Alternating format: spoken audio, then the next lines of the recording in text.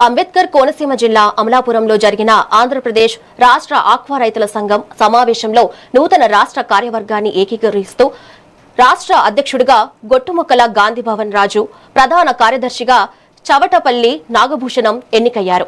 ఈ సందర్భంగా పెరిగిన మేత ధరలు, తగిన కౌంట్ ధరలతో ఆక్వా రైతు సంఘం తీవ్ర నష్టాల్లో ఉందని వారు అన్నారు.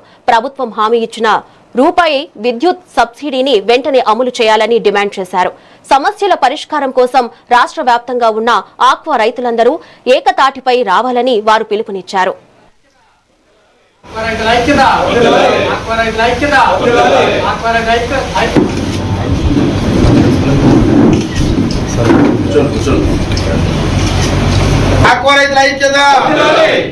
పార్టీలు వేరైనా రైతులంతా ఒకటే, రైతులంతా ఒకటే. పార్టీలు వేరైనా రైతులంతా ఒకటే, పార్టీలు వేరైనా రైతులంతా ఒకటే.